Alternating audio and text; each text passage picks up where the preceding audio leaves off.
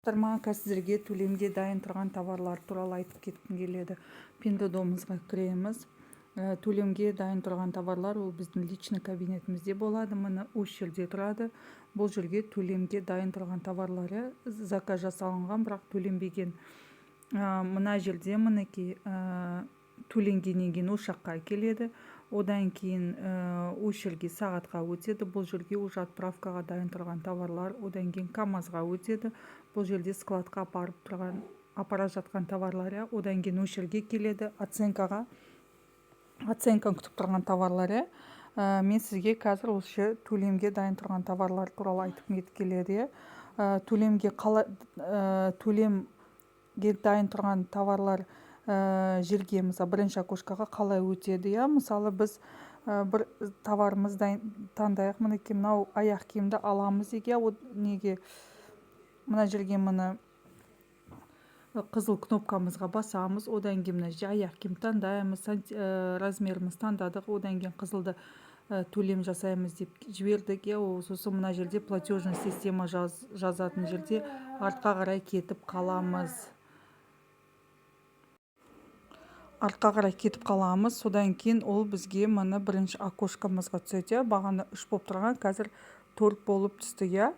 Бұл жерде біз не үшін бұл жерге біз әкелеміз? Бұл жерге біз продавецпен сөйлесу үшін.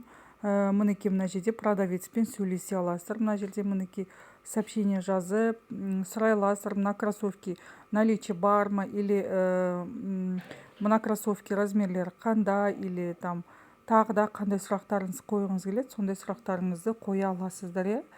Одан кейін, мысалы, егер сіз продавецпен сөйлесіп келіссеңіздер, размері бар екен, түстер бар екен, мынандай тағы да сұрақтар қоясыз, сізді қызықтырған.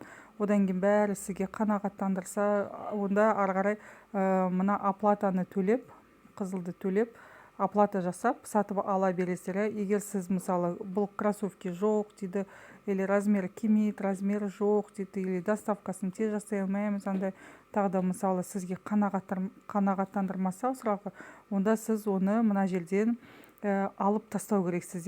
Мынаны басасыз, мынаны кнопканы басасыз да удалить дейсіз.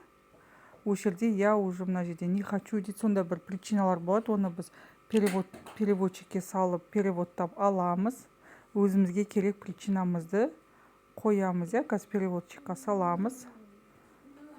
Мінекей переводчикке салдық. Одан кейін каждый біріншісі мына адрес доставки или номер мобильного телефона заполнен неправильно, забыли платежный пароль, не соответствует нормально платить, бәрін уже не хочу больше деп бороться с орденом дейді. Сонда өзінің причиналары, другие причины деп қоя саламыз. Сол другие причинаны таңдадым мен. Сосын қызылды бастым. Мына жерден кетіп қалды. Мыналарды да сөйтіп другой деймін, бәрін алып тастаймын. Бұлар уже маған керек жоқ, сатып алмаймын оларды. Осылай біз өзіміздің бірінші кошелегімізді тазартып тастаймыз. Міндетті түрде осы кошелекті тазартып отырыңыздар. Бұл жерде товар болмау керек. Или сіз оны ары қарай төлем жасап сатып алу керексіздер, или бұл жерден алып тастау керексіздер.